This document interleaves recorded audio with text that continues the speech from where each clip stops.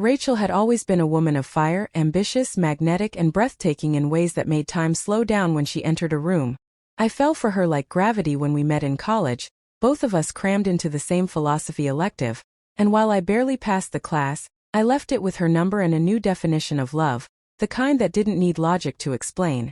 She was everything I never knew I needed, all sharp wit, red lipstick, and that quiet way of touching my hand under the table that told me I was hers, and for 10 years I believed I was completely, happily, foolishly hers.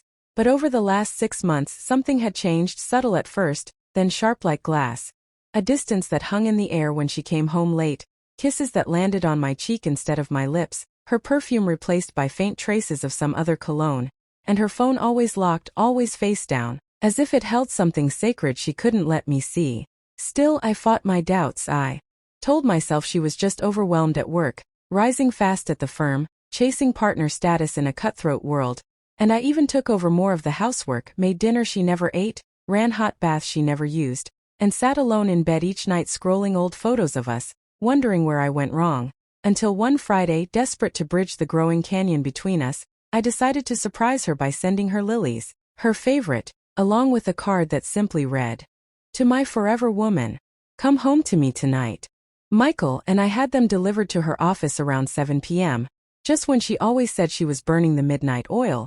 But when she didn't text back, I called her phone to ask if she liked them, and a man answered. His voice confused, caught, and instantly panicked. He said, Hey. Rachel's in the shower. Wait, I mean the break room." And that's when my chest tightened like a vice, the air fled my lungs, and I realized with the kind of clarity that only pain brings that she wasn't working, wasn't alone, and wasn't mine anymore.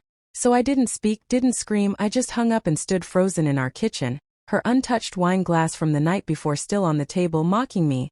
Over the next few weeks, I became a ghost in my own marriage, watching her more carefully, noting how she began locking her suitcase for conferences, how her eyes didn't light up when I walked in, and how her body tensed when I touched her hips, like my hands didn't belong there anymore.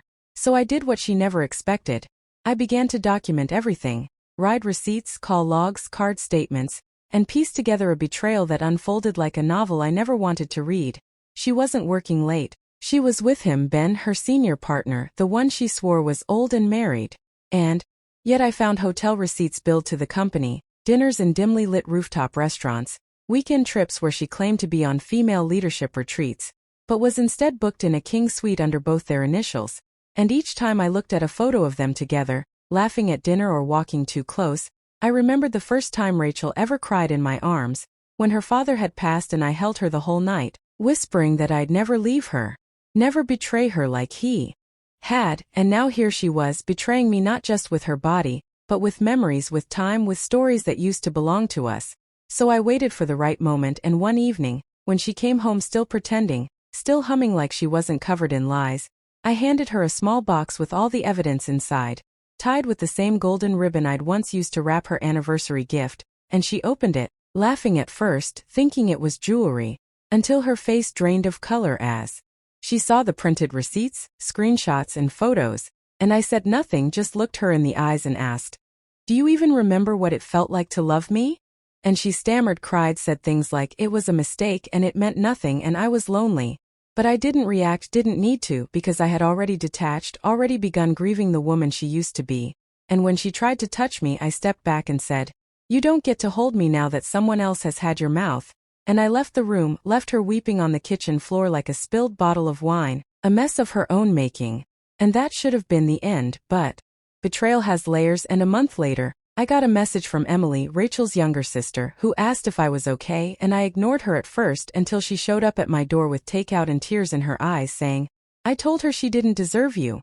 And somehow we talked for hours about family, about love, about how people fall apart, and over time that connection born in pain turned into something unexpected, because where Rachel had burned me, Emily brought light, laughter, honesty.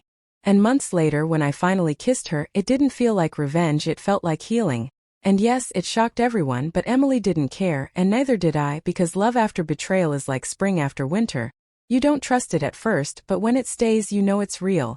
And when Rachel found out and screamed at both of us, accusing her sister of stealing me, Emily calmly replied, "He was never yours to lose, you gave him away."